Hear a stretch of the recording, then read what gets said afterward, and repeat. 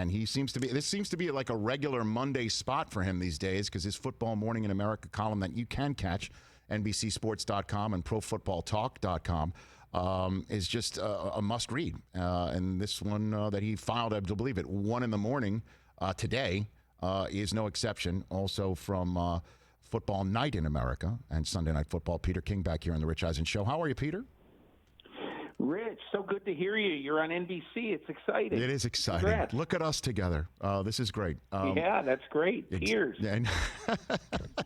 All right, Peter. You know, when I saw your list of guests, yes, and you tweeted it out, yes, you had Peter King, Carson Palmer, Tom Selleck. Yes. I immediately thought of the old Brian Piccolo, Gale Sayers, I am third. I just said, let's put Selleck 1, Palmer 2, King 3. Well, I'll happily ride off in the sunset with that. You know what? When I do my cast listing, it's always in order of appearance, Peter. I don't know why. That's just a habit. It's a habit. It's a habit I can't break. So let's start with that. With the draft in order of appearance, we'll be seeing the commissioner, I imagine, up first from his basement.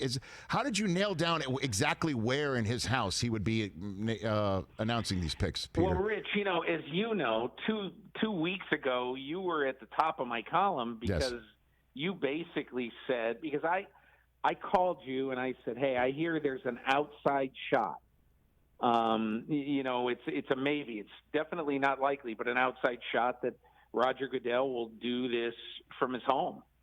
And you said, hey, in this stay-home era, what a great example that would be, the commissioner doing the draft from his home. And so it went from a long shot to a reality early last week. And I'm told that, he has a very nice basement in his home in Westchester County, New York. Yes. You would think that the commissioner of the NFL would have a fairly large home and a well-appointed one. And so, Rich, he is going to stand in his basement. I suppose there will be some sort of podium, but with the way that at-home cameras now work, and I have one, you have one. I mean, most people in TV, I think, or many people in TV have them. When you're on one of those at-home cameras, you look just like you're in the NBC studio or something. I mean, it's beautiful. It looks absolutely perfect. I mean, you watch Tom Hanks over the weekend do SNL, right? And he didn't have a $1 jillion camera. I'm sure he had one of these at-home cameras. But anyway, and Roger is going to do that, and they are going to put basically a screen behind him in which, when the Bengals are up, they'll have 15 Bengals fans in these little boxes.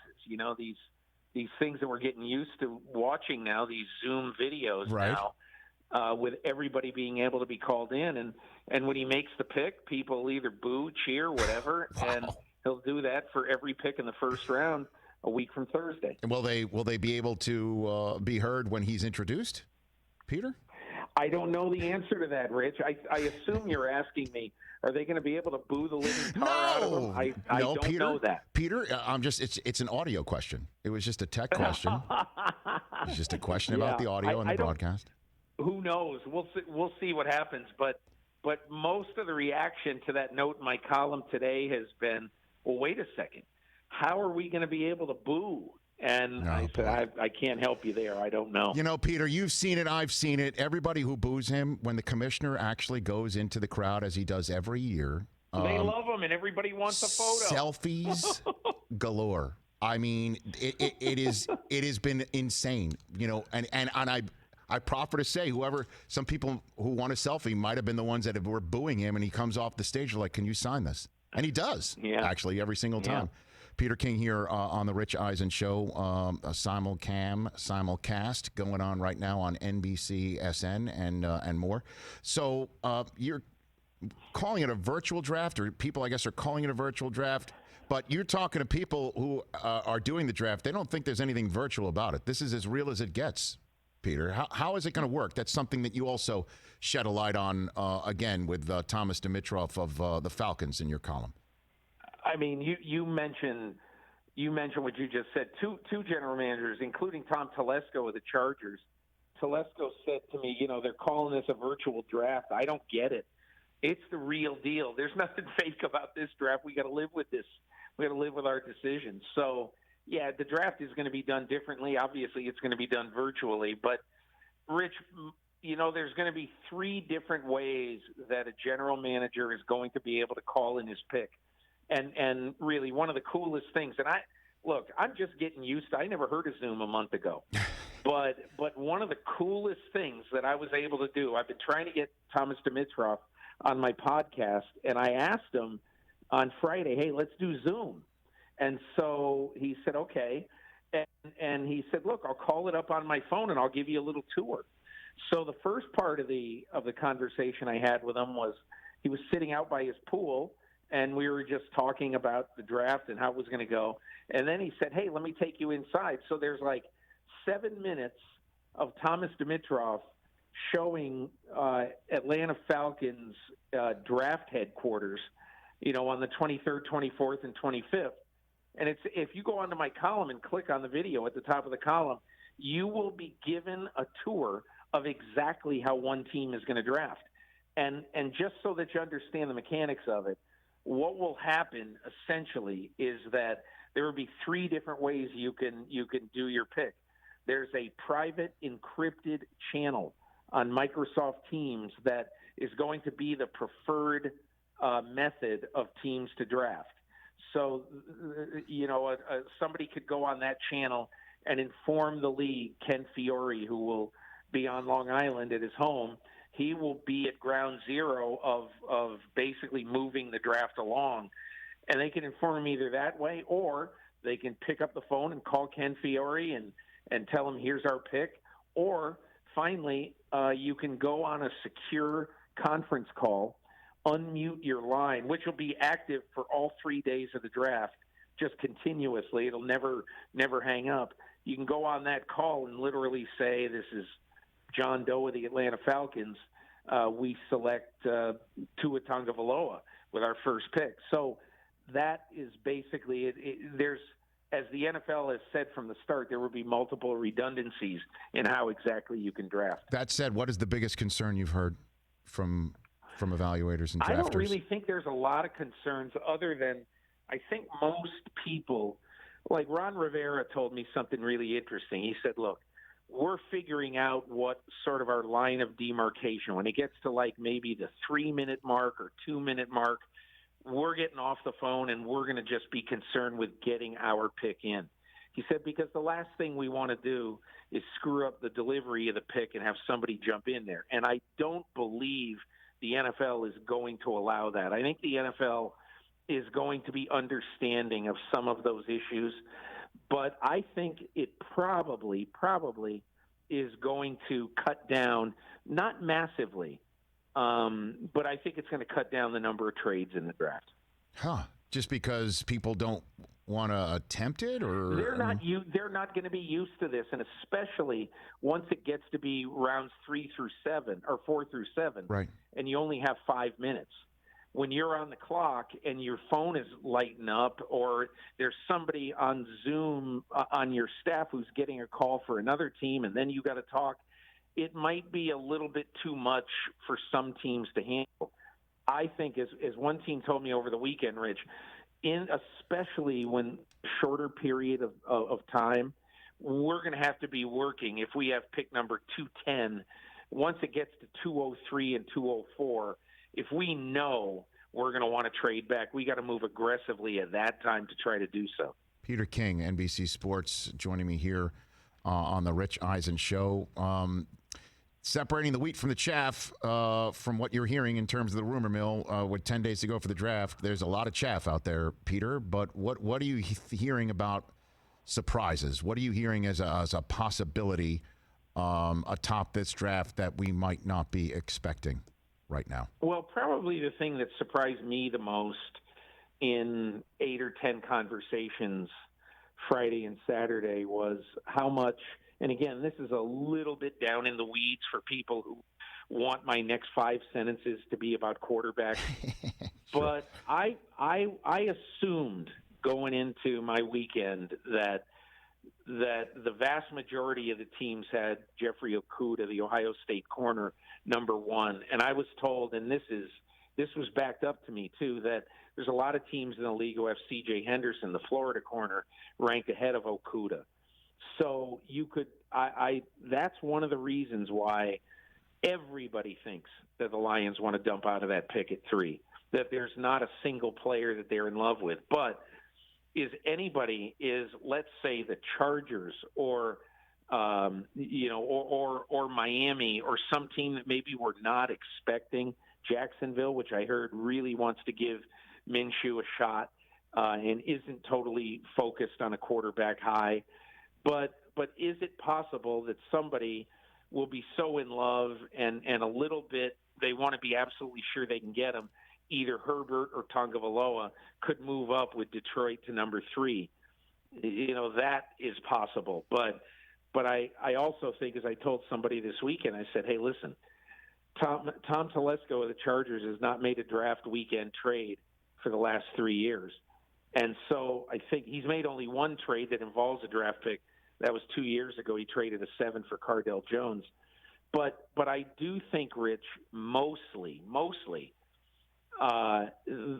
Detroit is where I think the traffic really is probably going to start. And then that's where I want to start unpacking what you just said there, Peter, because, I know Okudah may not be atop the cornerback draft board for all teams, and that might be a reason why the Lions would want to get out of 3, but my gosh, there's so many transformative players potentially, from Isaiah Simmons to any of the tackles to any of the pass rushers outside of Chase Young that the Lions could use the 3rd overall pick on. But that said, the Tua market is really what might drive that pick being the domino, the big domino to fall here. Rich, I think the big question is, what is the Tua market right now? That's the question. I mean, I don't know what it is.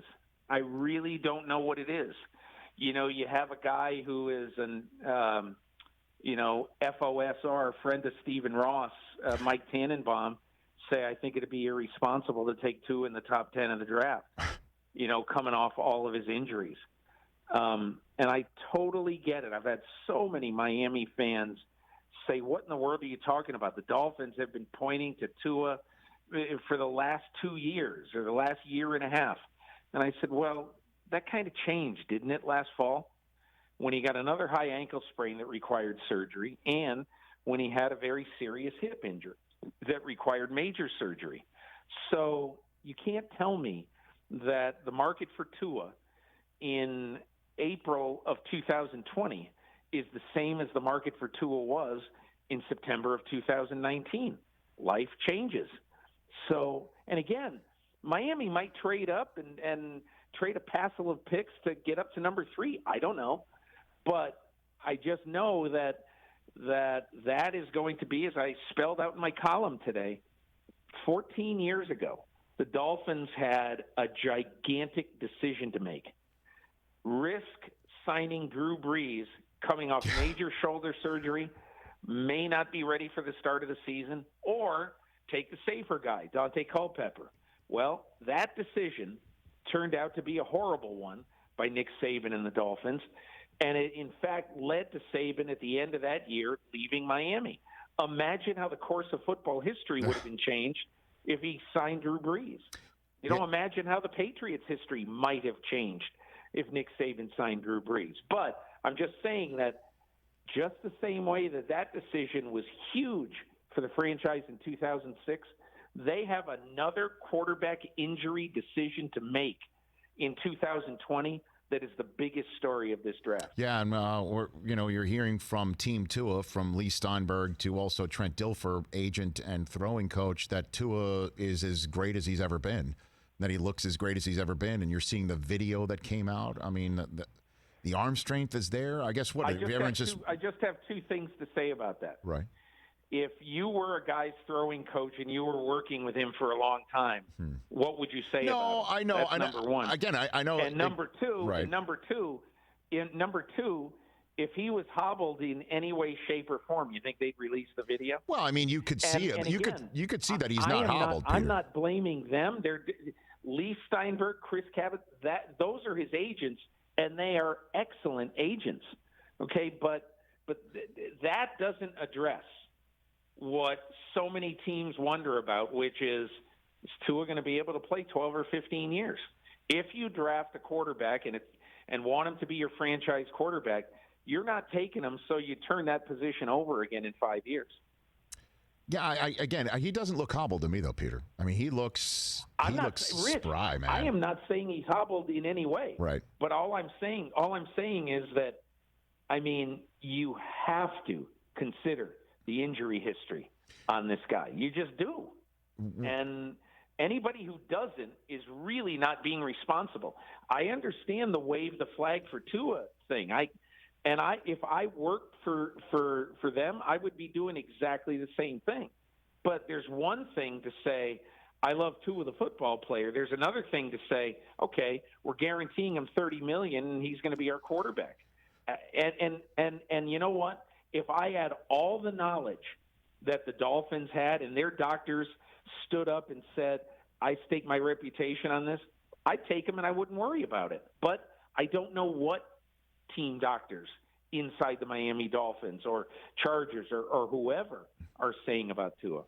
Yeah, and then we'll see how the draft goes. Last one for you. We'll see how the draft goes with the veteran quarterbacks who are still there. I don't think I've ever started a sentence with anybody this way, certainly with you, Peter, but I heard what Cam Newton told Chris Paul, and I heard what Jameis Winston told Fox News. It sounds like a Mad Lib, but they both seem resigned to not getting a job before May right now, Peter. Would you agree with that assessment?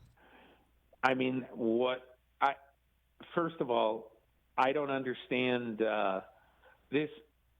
Jameis Winston is one thing. He's totally healthy. I mean, I think he would much more easily be signed somewhere by somebody now. But this is not because teams don't necessarily. I mean, I don't know what they think about Cam Newton, but this is the most unique set of circumstances about trying to vet players that I've seen in 36 years covering the NFL. You can't fully vet Cam to your liking right now because your team doctor cannot get his hands on Cam Newton, and you can't sit in a room and talk to him. Now, you obviously can have a Zoom chat if you want. I think it's pretty natural why this is going to take a while, at least with Cam. Now, look, I've said this. I think there are multiple teams that if I were them, I'd want Jameis Winston on my team. But, it takes two to tango. Peter, thanks for the time. As always, I have a feeling we'll be doing this again same time next week when it is actually draft week. Hope we do. Rich. Thank you. Look forward to it. At Peter_King on Twitter. And, of course, check out his Football Morning in America column on NBC Sports, ProFootballTalk.com.